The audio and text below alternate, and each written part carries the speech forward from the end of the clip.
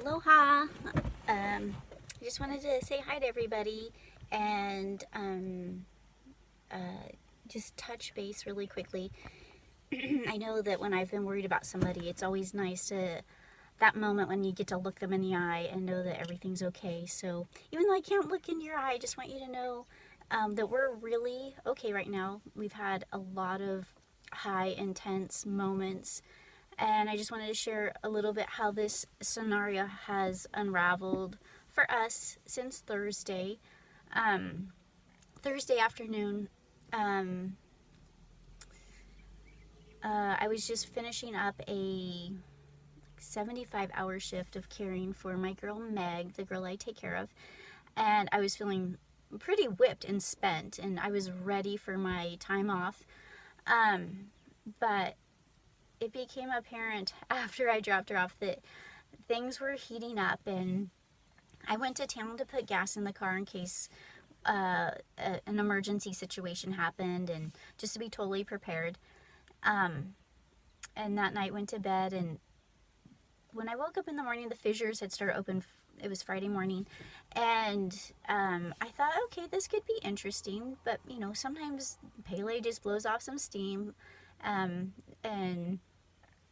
Corrine was a few hours from getting on the plane to come spend 2 weeks here. Before she was going to arrive, I was going to treat myself to a facial and have a nice dinner, and because my job has changed and I have a better income now, I was looking forward to going and buying a car because I've been borrowing a car since I got here. So it's just really interesting how quickly, in the blink of an eye, all your plans just go out the window. So Friday, at first I was like, sure, Corinne, just hop on the plane. It'll be interesting. We may wind up in an evacuation shelter. But I really didn't think that would happen. I just thought Pele was just venting a little bit. But then the situation just started to feel super intense and felt like it was deteriorating. So there's a moment where one of the big concerns is that we're near a geothermal plant that there's really dangerous gas, highly explosive gas that's a byproduct of the geothermal power plant that, some people liken it to, like, if the lava were to hit it, it would be like an A-bomb going off on our side of the island. So there was an added layer of panic with that bit of information, as well as the toxic gases that are being emitted. We're really fortunate because the trade winds are blowing. We're on the east side of the island, and the winds come off the ocean and blow typically everything over to the west side, which is the Kona side, the Shishi resort side. They get the bad air from us.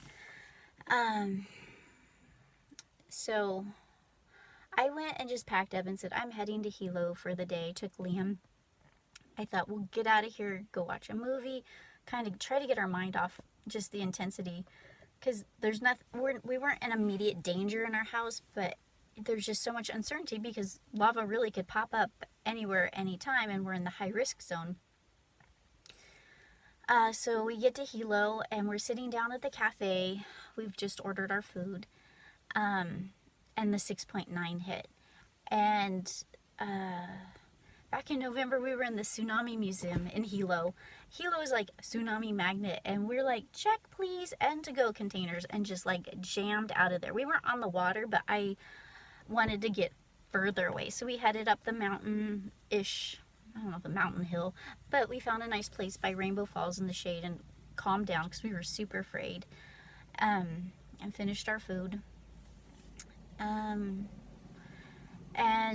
it just felt like everything in our area down here in Kapoho, it just kept escalating. And I'm not, like, it's not wise in my mind to drive back towards a place that seems to be continually destabilizing. So I went to the police station and found out where the closest Red Cross shelter was, and Liam and I, we slept that night in the car at the Red Cross shelter. We didn't want to sleep in a room full of strangers, but we wanted to have access to, information, bathrooms, and all of that.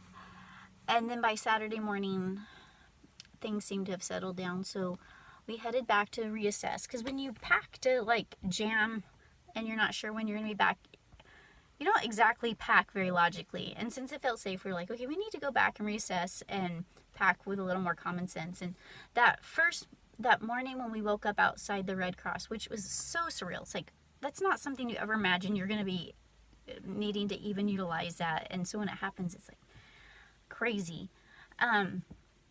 So I get out of the car that morning to go in and use the bathroom, and I'm like, gosh, I want to brush my teeth. But, in the rush to just pack your car so fast, I'm not even sure where my toothbrush is, and I don't even have the wherewithal to dig through my stuff to figure that out.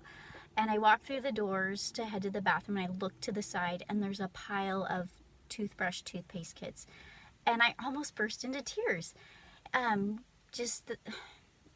life's not in danger, my home's not in danger. There's just so much intensity and emotion going on right now, and just to know, like, your most basic need someone had thought of. And just being able to grab a toothbrush and toothpaste, they say it's the little things in life, and in that moment it really was to just go brush my teeth. And then so we headed home, we've calmed down, we've reassessed.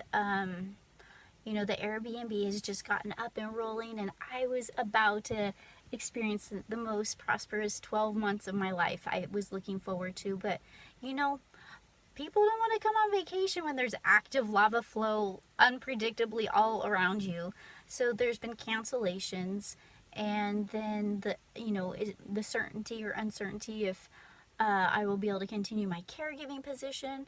Do we need to move to Kona? Just so many possible variables. And tomorrow Pele could be done with this.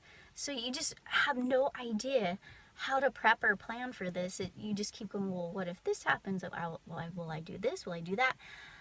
So many variables and so many possibilities, and it's been exhausting. And there's a point where I'm like, I need to have a good cry here pretty soon, because there's so many emotions just blasting through my system, and I need to get them out. So yesterday I finally, it all erupted. I had my own Pele cry fest, which felt pretty good. And we've had some swims out in the ocean, which has been pure soul medicine, just to take a step back and reassess. But I just wanted to say thank you. I've received so many calls and messages, emails, text, messenger, everything, of just so much love and prayers and good thoughts and care. And I feel so much is coming towards me, but there's so many people here in Hawaii that have people all over the world loving them. So I know Hawaii is being inundated with intentions and meditations and prayers of protection and peace and love. And some people say, why would you live on a volcano? And you go where your heart tells you need to go. You go live where you need to live your most beautiful life. And there's risks everywhere. And as I've tried to get a grip on like risk and danger, I can't even find anyone that has died recently from volcanic activity here at Kilauea. In comparison to, like, in California, just traffic accidents alone, more people have died in a year in California getting in their car than people have living near a volcano. So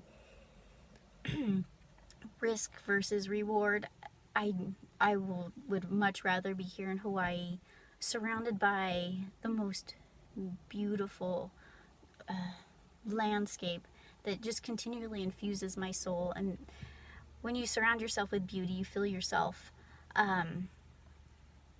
you feel your soul become more beautiful, and the parts of you that have been hurt or there's been trauma, the island heals you, the island loves you. And it's been said by several people I know that the island's not for everybody.